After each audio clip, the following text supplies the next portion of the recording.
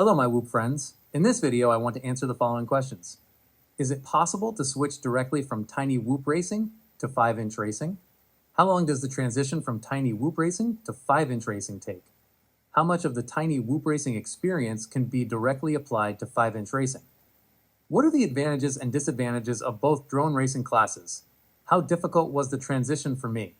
First of all, I would like to thank my FPV friend who made this video possible because he gave me a 5-inch drone with a few 6S lipos. And I also want to thank my FPV juniors who supported and motivated me to try 5-inch racing. Thanks to my friends, I can now share my experiences with you. I will summarize these experiences as briefly as possible. If you have any questions, feel free to ask them in the comments. I usually respond within a week. I will now answer the questions I ask myself and that some of you may also be asking. Is it possible to switch directly from tiny whoop racing to 5-inch racing? Yes, it is definitely possible to switch directly from tiny whoop racing to 5-inch racing. And it wasn't difficult. Tiny whoop racing and 5-inch racing are really very similar. The basics are the same.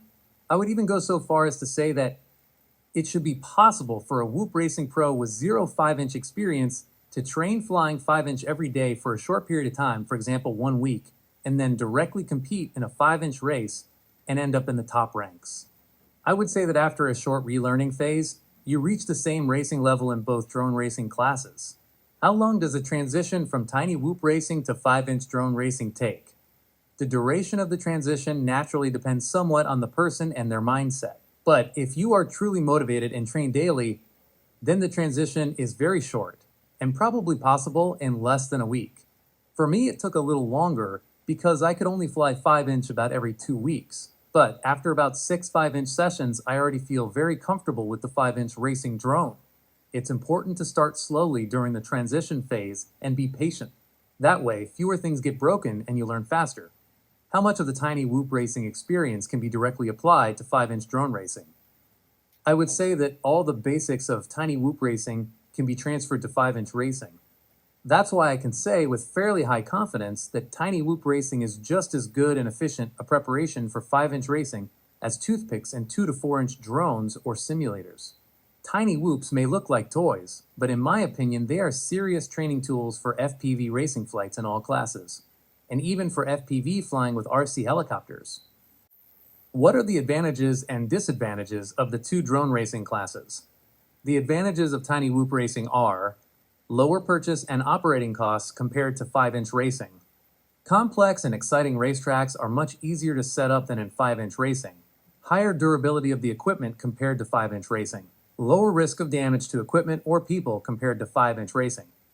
Due to the prop guards, propellers last relatively long. Tiny whoop racing can be done almost anywhere because tiny whoops are quiet and harmless. The disadvantages of tiny whoop racing are very small solder pads, which can be difficult to solder for some people, more susceptible to wind. The advantages of 5-inch racing are solid power for consistent, fast flying, easier to build and maintain because the components are much larger than on tiny whoops, less affected by wind due to the greater mass. The disadvantages of 5-inch racing are mid-air crashes are brutal and can destroy a 5-inch drone. Burnt motors, or ESCs, are not uncommon in crashes with gates and flags or during mid-air collisions. Propellers bend easily and often need to be replaced. Gates and flags get damaged during crashes. How difficult was the transition for me? The transition really wasn't difficult, at least for me. I reached my tiny whoop racing level in 5-inch racing pretty quickly. Of course, you have to get used to it. The mass is different, the power is different, and the flight behavior is also just a little bit different. But there's nothing surprising. The basics are the same. The technical basics are also the same. The KV topic is the same as with tiny whoops, meaning if you like high KV tiny whoop motors, then you'll also like high KV 5-inch motors. The propeller topic is also the same as with tiny whoops. If you like low-pitch 3-blade propellers on tiny whoops, then you'll also like low-pitch 3-blade propellers on 5-inch. The LiPo topic is also the same as with tiny whoops. The LiPo is also the bottleneck in 5-inch racing.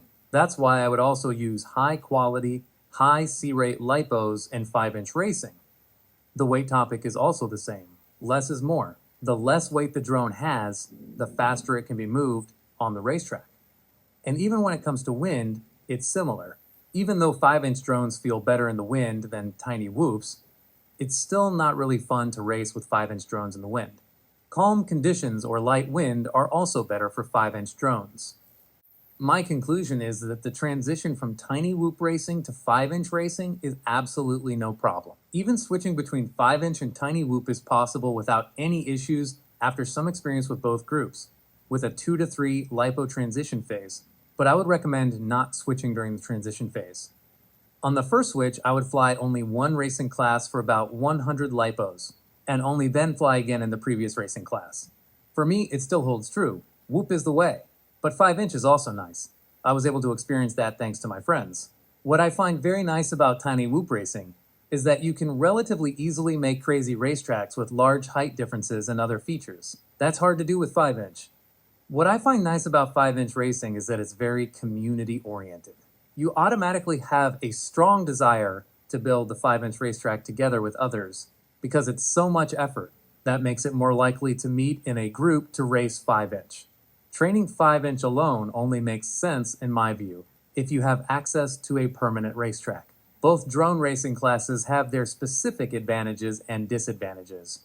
I hope I was able to show you with this video that tiny whoop racing is an ideal, low-budget, low-risk, and high-fun preparation for 5-inch racing. The transition can be done without any problems. Have fun flying, my whoop friends. If you've had your own experiences on this topic, let me know in the comments of this video. I'm curious to hear what your experiences are. Hello my whoop friends. This video is part of a short video series where I try to share my experiences with the Meteor 75 Pro with you, as well as all my whoop knowledge. I'll try to show you valuable tips and tricks that should help you with the Meteor 75 Pro whoop as well as with other tiny whoops. Check out the other videos on my channel to get the most out of my many years of whoop race and RC flying experience.